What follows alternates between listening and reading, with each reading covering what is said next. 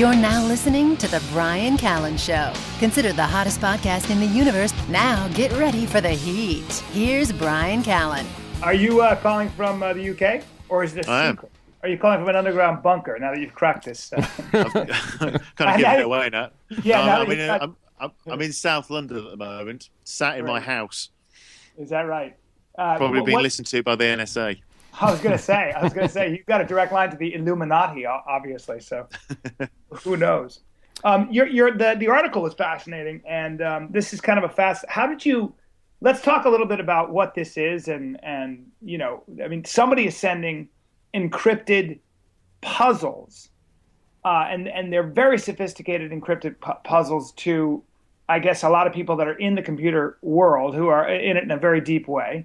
And the question really is, why are they doing this, and whether or not they're looking for either people to work for them, or is it an intelligence agency that's actually looking for qualified candidates? We don't know, right? I mean, essentially... No, we don't know. There'll be a small group of people who do know, but they're not talking. I mean, that's a question that kind of goes right to the heart of Cicada 3301, in that no one knows what the purpose of it. Away from all the code breaking and the various different types of cryptology that's going on, there doesn't seem to be any real purpose for it.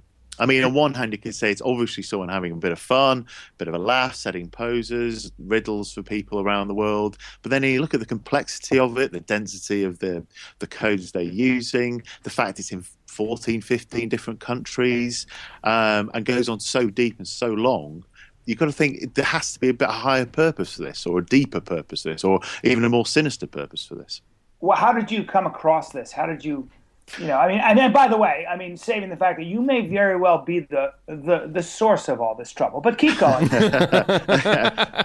This could be an enormous double bluff. I was going to say, I'm so intrigued. I might just pretend that for a little while.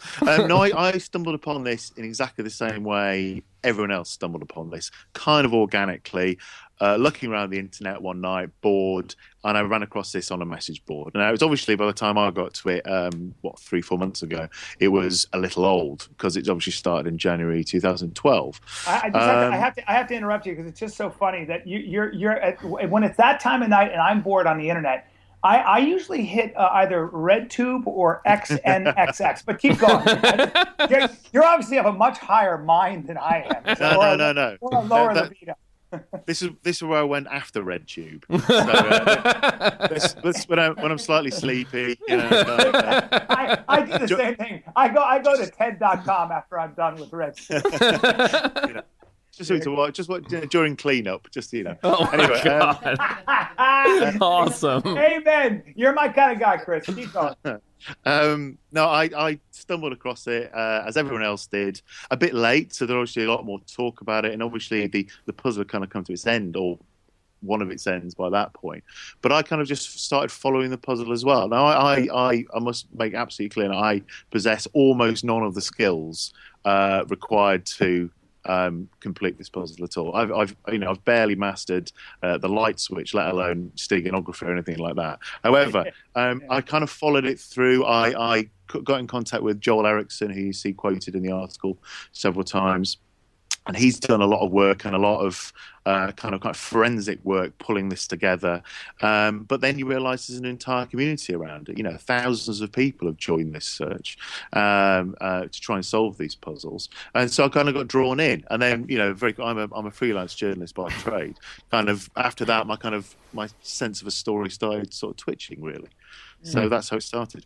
Have you talked to computer scientists? I mean, these are very in-depth puzzles that were obviously created by people who really know what they're doing, right? I mean, is that true? These are really difficult codes to crack. And my next question is, has anybody cracked any of these riddles, or we don't know? Well, no, I mean, as the article says, they've kind of come to a point now where. I'll start with the first question first. I spoke to a couple of cryptologists, cryptanalysts. For instance, Dr. Jim Gilligy, who's the former head of the American Cryptology Association, I think it is. And I mean, he's the code breaker par excellence. He's done so much stuff over the years. He famously cracked Kryptos, which is this very famous code-breaking statue in the grounds of the CIA at Langley. It's this enormous statue. Wow. No one knows what it means. It's full of weird symbols, full of different numbers, and he was the only non-CIA person ever to crack it. So he knows his stuff, and he just says that the depth and the variety of codes and riddles in this suggests someone who really knows their stuff, who really wants to find, the best people out there. I mean, he for himself thinks, for instance, it might be a business like Google or something like that, looking for new recruits. In terms of riddles themselves, there are so many riddles, and a huge amount of them have now been solved. The problem is there's a gateway at the end of all of these riddles where they let a few people in to the kind of sacred network within, and then they close the door. So maybe a dozen, maybe 2 dozen people have actually solved all the riddles, get to know what's at the end of it, but they aren't talking. Yeah, we never see them again. This is all yours, my son. You get this idea that there's some bat cave where you're like, and this is where you begin. And by the bat cave, exactly. You actually mean Chris's apartment, because Chris is running this whole thing in South London. It's like, hello, I'm Chris. I'm Chris, not an investigative journalist. You just wonder what in the world, and nobody's talking. And no one's, that strikes me as somebody is obviously paying these. They're not threatening these people. It sounds to me like they've been recruited and they're being paid to do something, I would imagine. Or they're all dead. I mean, genuinely. I mean, you laugh, but I mean, since this has gone online, and the story's now gone around the world. The amount of people on comment boards just saying, "Well, if you were a military organisation trying to get rid of the competition, wouldn't you set this kind of task, highlight the best in the world, and then just either employ them or kill them to get them out of the picture?" The problem is that's almost like trying to control the weather. I mean, computer technology is always evolving and changing, and I don't know why you take the best minds at this and kill them. Only you know that, Chris. But it sounds to me more like these people are being ferreted out to find the best and the brightest, and then they're going to use them for something. I mean, I don't know. Yeah, I mean, there's a variety of different theories that it's the NSA, the usual sort of pantomime villains of the piece.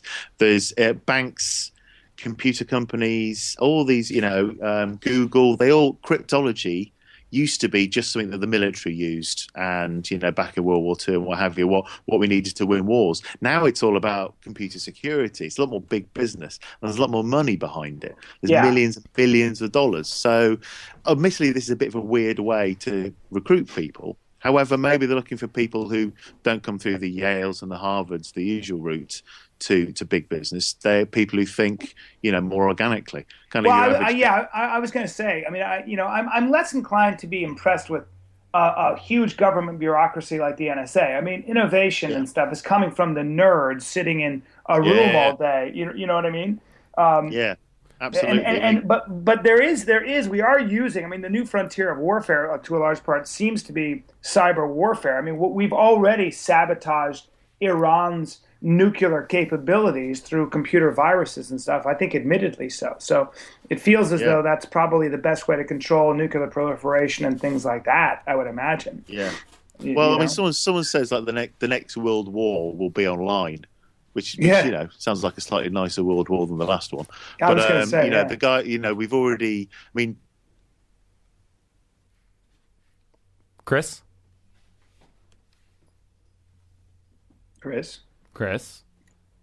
I'm afraid we've lost Chris. Interesting. Very interesting. Chris was killed. Chris was taken away, and this is what happens when you start talking and getting too close to this story. Only on the Bryan Hunter Mod Show. Well, Bryan, what are you going to do with your last day on Earth? I'm glad you asked. I'm going right to RedTube, and this is a great time to say that I'm going to be in Tempe, Arizona at the Improv. Let's talk about the most important things, my stand-up schedule. Go to bryantown.com. You will laugh, ladies and gentlemen. Well, Brian, if you can get the NSA agents who have come to take you out laughing, then that's talk about a tough crowd. That's exactly that's the whole point. The whole Megillah. Hey, wait a second. I'll be in Laugh Boston January 9th, 10th, and 11th. Let's hear it for Bryan Callen. He's so funny. He stops bullets. That's it. And ladies and gentlemen, we are. Oh, there he is. Chris. There he is. Chris, we thought you disappeared. We thought you'd been dragged out of your apartment. No. You got a gun to your head as you speak. I have. There's a mysterious black van parked outside my house. How interesting. Interesting. And then you look on the other side, it says red tube. Yeah, exactly. Yeah. Amazing. Well, yeah. So where do I get cut off? I'm kind of wittering on here. I should be.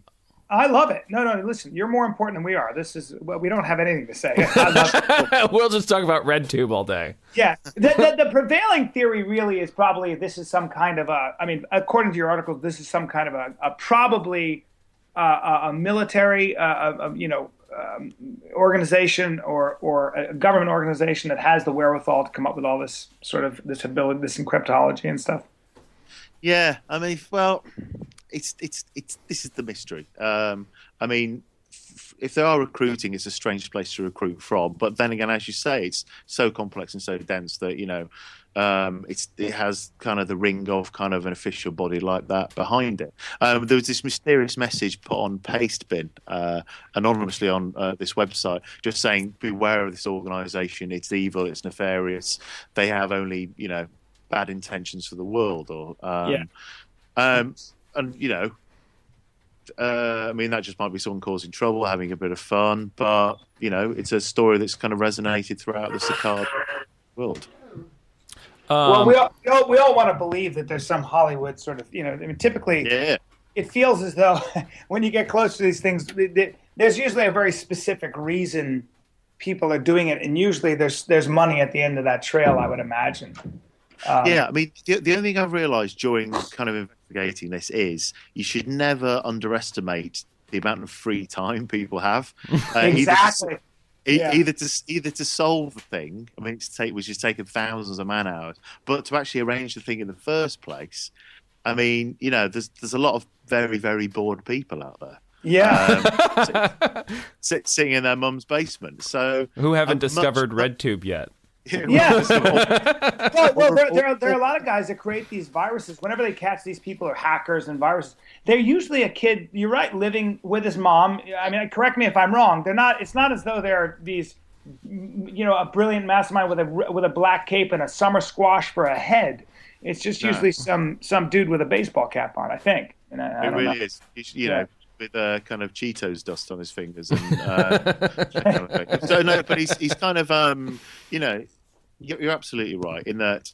I think the kind of people that put this together are either really sinister and evil, or maybe slightly, antisocial, should we say? Yeah. It's difficult to tell which. Well, and that one of the things that I found so fascinating about your article was the dark net, which I had never heard of. Yeah. That's mental, isn't it? Yeah. Yeah. Well, another thing I was vaguely aware of it. This it's called the TOR, or the Onion Router, I think it's short for. And it's this basically the internet is largely unmapped. Even Google, with all its search engines, maps about maybe 15% of it. The rest of it is this enormous swathe of news groups and uncharted internet, which has things like Silk Road, which is the drug selling, one of the drug selling websites, terrorist networks, paedophile networks. They all exist kind of off the grid, albeit on the grid. And they do it through cryptology. They do. Well, the thing is, they don't.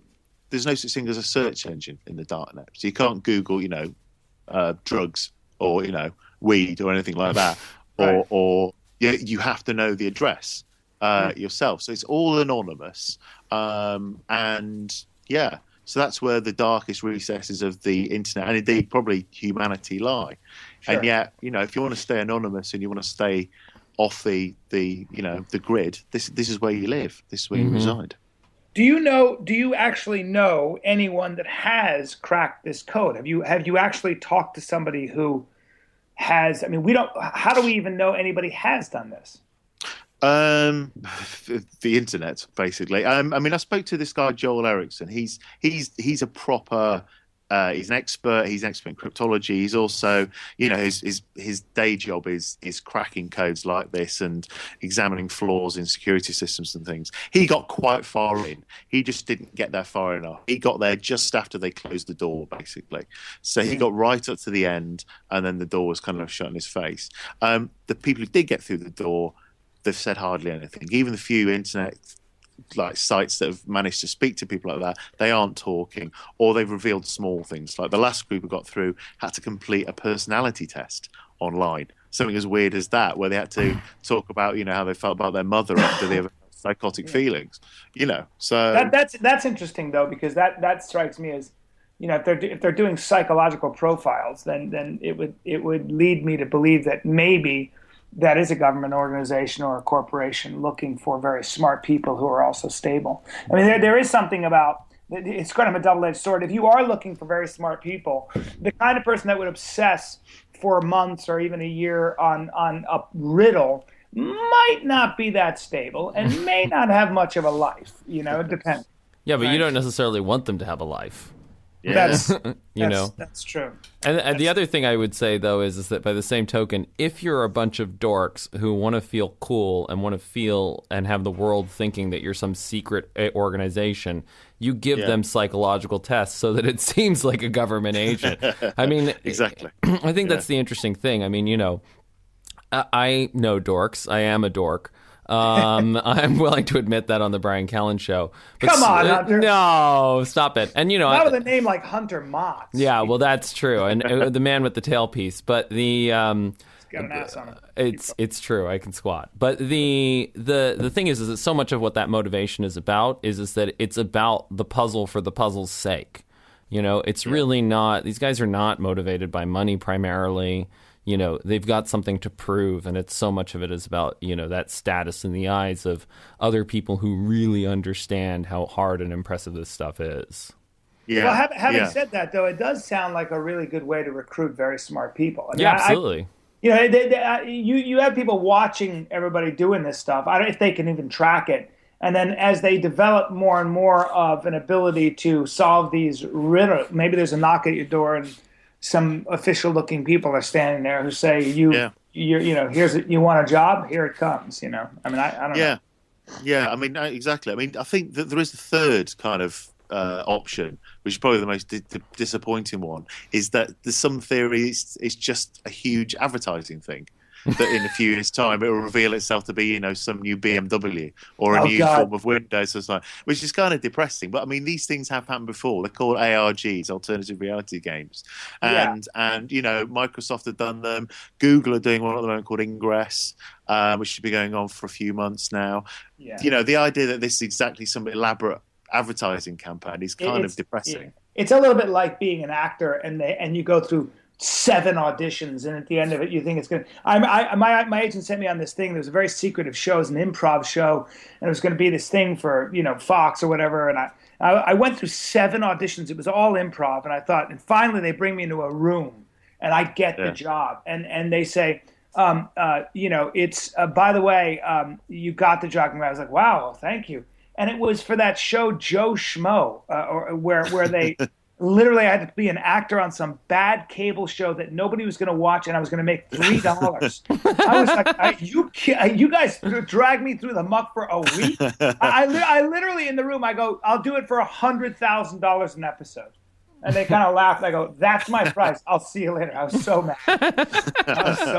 And, but you're right. You're right. This could very well be something just to get, I've heard, and I believe this is true. A lot of times when they want publicity for a movie and they're casting for Wonder Woman or whatever it might be, they'll hold nationwide auditions knowing they've already got their girl or a group of their girls, and they'll just have people waiting in line trying to be the next Wonder Woman. And it's a publicity stunt. Yeah. I mean, they've just done that in the UK. They've just been hosting auditions for the new Star Wars movies down in Bristol in the UK. There you go.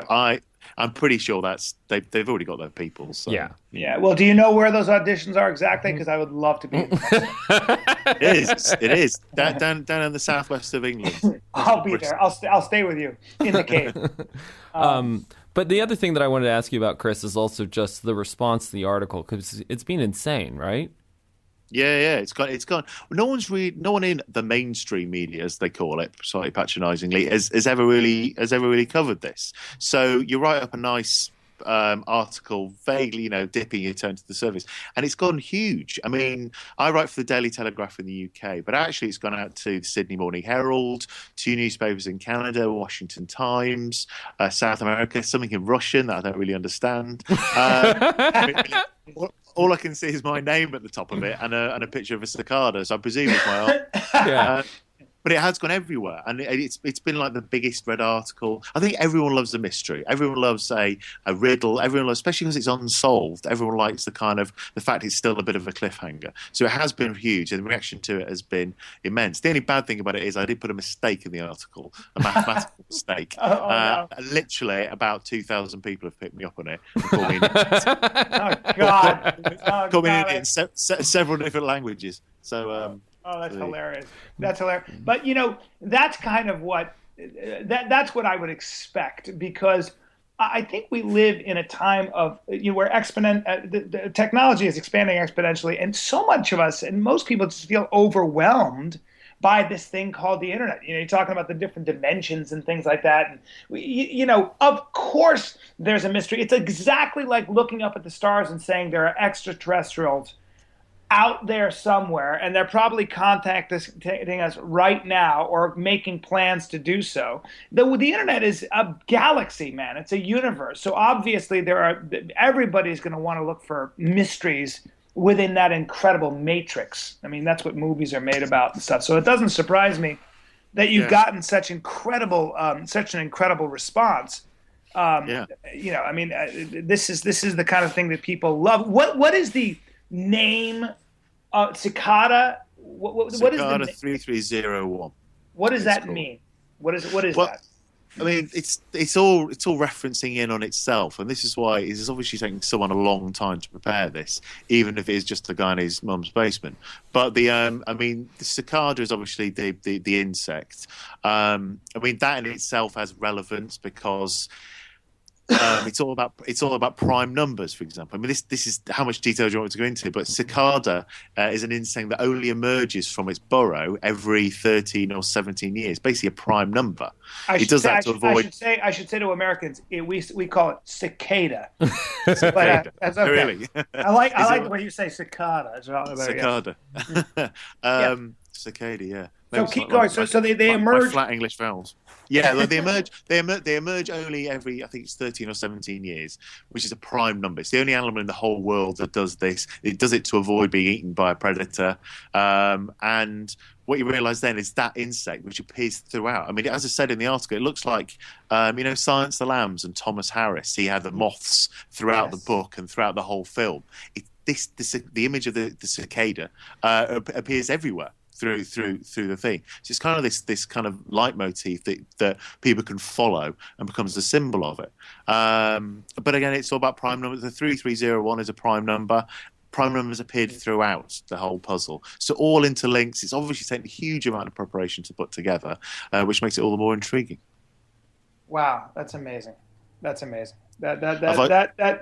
makes sense to me. I mean, it sounds like somebody really has put a lot of time. But have you talked to anybody like an cryptologist who said that this would take a group of people? I mean, could one person be doing this, or is this the work of a group? Yeah, I mean, I didn't. This wasn't in the article. I was speaking to this guy, Jim Gilligan, Dr. Jim Gilligan, who's the professional cryptanalyst, if you will, and he says that cryptanalysts' brains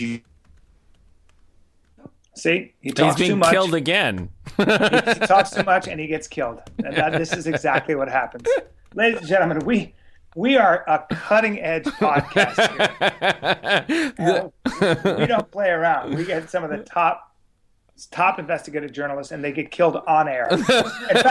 In fact, the second break, that wasn't even Chris. He was an impersonator. They actually have a guy who impersonates Chris. We don't even know who we're talking to. Hunter, Spreading who the hell is this? disinformation. Oh man, I'm so Oh nervous. man. Wait a minute, there's a chopper outside my window and it's not making any noise. They've got sound suppressors on the. But Brian, isn't that just a normal Monday morning for you? Not really, because guys dressed as cicadas are coming out of the helicopter. Oh, man, what bulky outfits they are. Like just shitty guys in cicadas, like were trying to get me and they can't get out of uniform. Hey, you cicadas! And I spray them with bug spray. And then, come on, you got to have some sort of Arnold Schwarzenegger style one-liner as you kill them. Damn bugs! Damn bugs! Chris! Let's try it again. Chris is still dead. Yeah. Well, he's been tied up. Yeah. He's being told what to say. Every time he gives us too much information. Poor Chris. Christopher! Chris, are you back? Chris! Wait. Hello. There we go. Still alive. I'm still alive. I mean, every time you give us too much information, you obviously get censored. I mean, we have parameters for this interview. This is so exciting. I'm going A bunch of guys dressed as cicadas. Yeah, a bunch of guys dressed as cicadas just came out of a helicopter and they're in my backyard. But they're not very threatening. What a shitty animal. What a shitty insect. It's not the hornets or the wasps. It's just a chubby insect that makes a lot of noise and can't bite you. I know. Yeah. Yeah. So what were we talking about? What I don't know if I got. Where did I was saying, is this a group effort? And you were talking to an cryptologist about that, and whether or not one person could pull this off, or is it a group effort? I mean, it's Yeah, I mean, obviously, this guy, Dr. Jim Gilligan, he was talking about how normally cryptologists are very good at one specific kind of puzzle. Numbers, visual stuff, coordinates, that kind of thing. He said there's so many different kinds of puzzle in here, whether it's mind numbers, number theory, steganography, but also old-fashioned rhyming. Okay. So it's got to be the work of a group. It references literature, it references classical music. There's obviously the second part of the puzzle. There's a bit where someone played the guitar and you had to analyze what notes they were playing. I mean, this isn't the work of one person. It's a work of a group, definitely. That's amazing. That's intriguing as hell to me, because that's one of the things about the article I thought was amazing. You really have to have you have to be a Renaissance man. You got to know a lot of stuff. From music to art to all kinds of things. So yeah, this sounds like a highly, at least these people are highly cultured. They may be evil, but they have, and that's the good news. I mean, for real though, right? Yeah. I mean, it's you're talking about a group of people that clearly appreciate the sciences, the arts, and a lot of other things. I mean, this is an eclectic puzzle. You've got to have an eclectic mind. Yeah, exactly. And I think this is why also it's been so popular on the internet, because it's taken a group of people to solve it as well. There's not one person who's gone all the way through solving all the puzzles. He's taken support from the Reddit community or different other communities who followed the riddle all the way through to the end. That's amazing. And here we are left with the riddle. I mean, do you feel that there is going to be, I mean, if this turns out to be something from Toyota, there's no way. I don't think a corporation could be this. I just don't. This sounds like, gosh, I don't know now. Yeah. It doesn't feel like these are military people. It doesn't feel like it's Russian intelligence or Chinese intelligence or American intelligence. It doesn't. Well, we haven't read the Russian version of Chris's article. It may say, "Oh shit, they caught us." well, I have. Hunter. Oh, good. Okay. No, but you know what I mean? This feels as though, and I'd forgotten that about the article until you reminded me. I mean, there are. Give us a couple examples of like specifically of what you have to know in order to solve this, to get to the next steps. Because there's music, there are lots of questions. let's see. It references poetry from people like Aleister Crowley, William Gibson. It's got classical music in it. There is, Victorian occult. We've got Caesar ciphers. We've got steganography. Steganography in itself is a really complicated bit of technology. It's hiding messages within pictures. I mean, this is how Al Qaeda supposedly planned, 9/11 by posting up pictures on eBay which had hidden messages inside it. Wow. And this is how people like paedophiles also are supposed to hide the pictures that they want to swap. Yeah. So there's obviously these are difficult and challenging techniques for instance, just the average kind of web surfer to wander in and have a go at. Sure. You could have a keen mind, or be a paedophile, of course, to solve these things. Or be a cultured pedophile. A cultured paedophile. Yeah, yes. yeah. I mean, do you have a theory on what country this might originate from? I would imagine it sounds like it's from an English-speaking country. That seems to be definitely an English-speaking country. I mean, at one point, the puzzle resolved itself to a phone number based in Texas. So when the people phoned up this, dialed up this number, and they got an answering machine message with the next clue. But that was based in Texas, and then within a few days, the phone number cut off. Then obviously the next step of the puzzle was, I think it was lampposts. They had streetlights. They had posters of cicadas stick up in, I think, 14 different countries around the world: Moscow, Hawaii, Sao Paulo. So it went from that's a lot of effort. Wow. It went from being feasibly something that someone in Texas on their own could have put together, and suddenly it jumped up a notch, and suddenly it was around the world. So, and they think that for many people who are trying to solve the riddles, that's when they realise, my God, this is something bigger than we thought. That's impressive as hell. The next question, though, is I wonder if those posters really were up, or whether that's an elaborate hoax in itself, right? I mean, it's probably not. There are loads of pictures of the posters up online. I can't remember what they were. So literally it was a countdown on a website. As soon as the countdown resolved, all these GPS coordinates popped out. When people ran to these GPS coordinates, they're in the middle of major cities. They realised they weren't the actual posters there, and new codes to scan in and new clues to follow. I'm now drawn in. I mean, as you tell me more, I'm actually now really intrigued by this. This is an elaborate. I don't even think it's a hoax. I mean, whatever this is, somebody's got a lot of money. Somebody's got a lot of reach. I mean, this is. I mean, this is one of the reasons why, arguably, it might not be like someone in the military, because when the military have tried this before, this kind of subtle recruiting technique, they've just kind of failed dismally. I mean, back in 2010, the American Cyber Command, your official government hackers, they set up a kind of puzzle for people to solve. They released a new logo, and there was a code hidden in the logo, and they asked people. The head of the Cyber Command asked people to solve it, to see if they could find the message. I think it took hackers about 3 hours. So that gives you some. So they set this what they thought was an incredibly elaborate puzzle, and actually it was a piece of child's piss, play. To use an English idiom. So a piece of piss. Piece of piss. It had to be frozen piss to be a piece. Which in England is no problem. Exactly. Yeah. A piece of piss-soaked cake. So they've tried it before. The British intelligence are currently running a competition for people to crack some number clues. So everyone's at it. It just seems that the Cicada people are far better at it than anyone else. What do you think?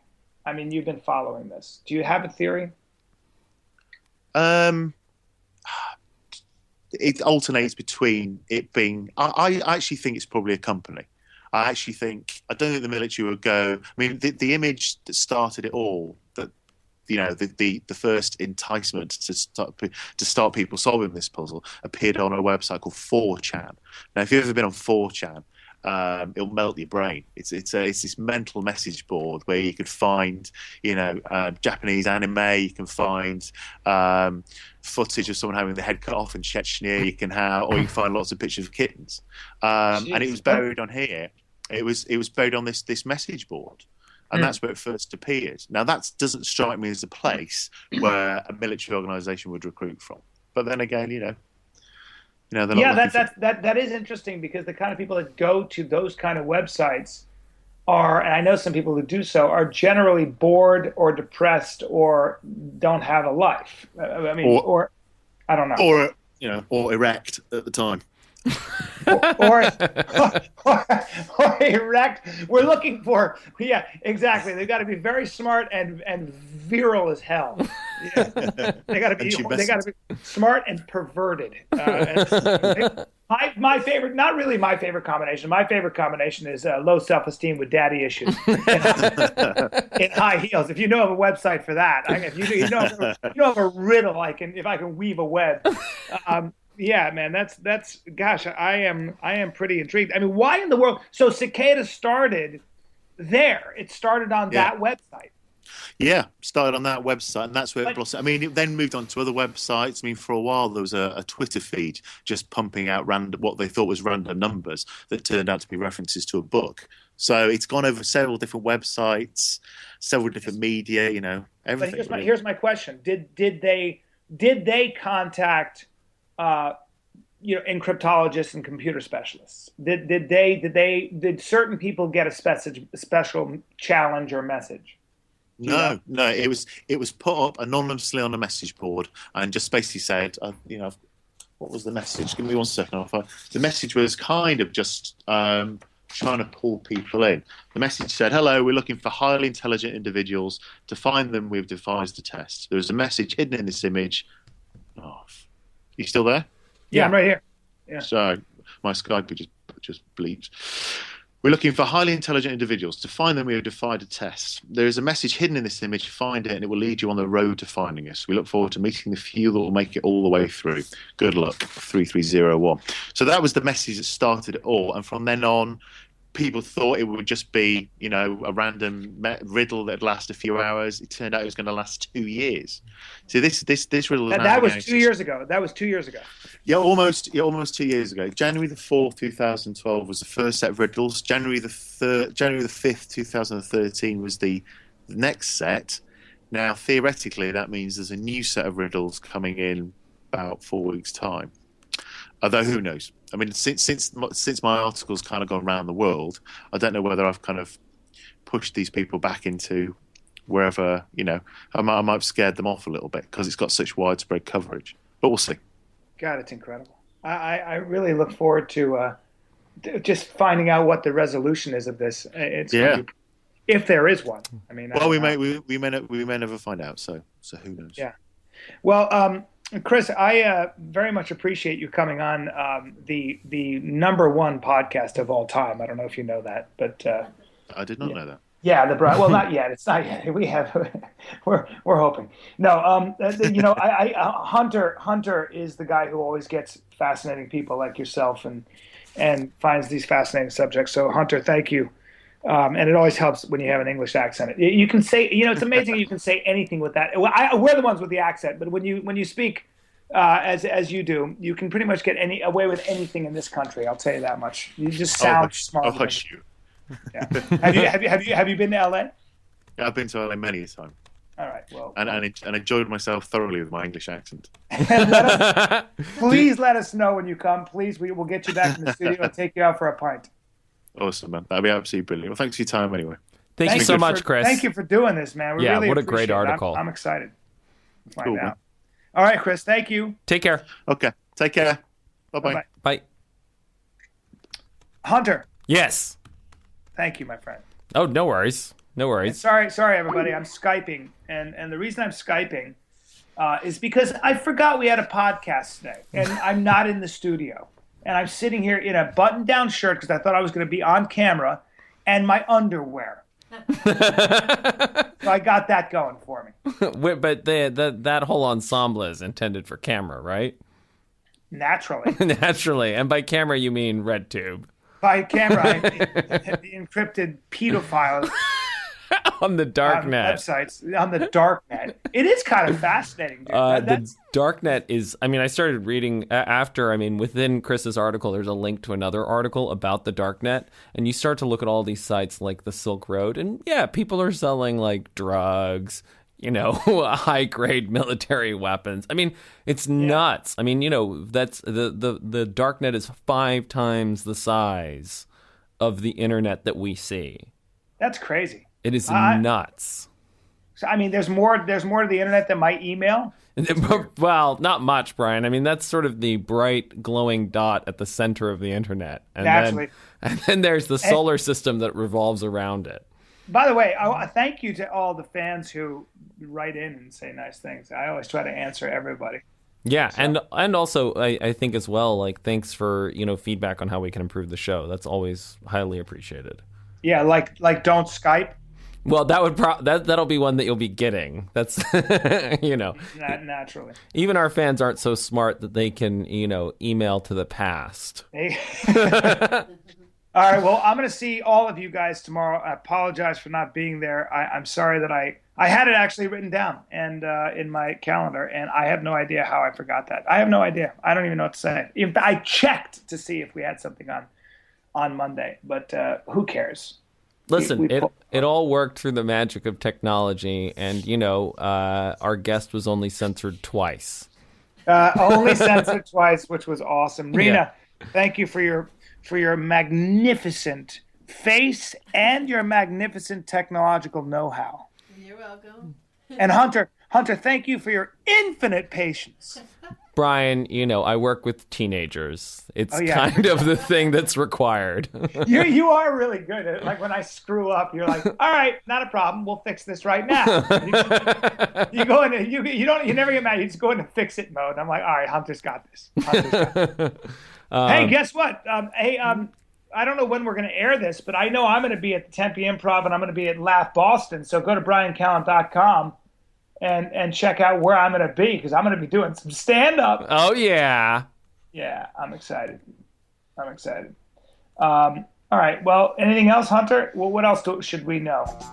The answers are all coming out on January 6th.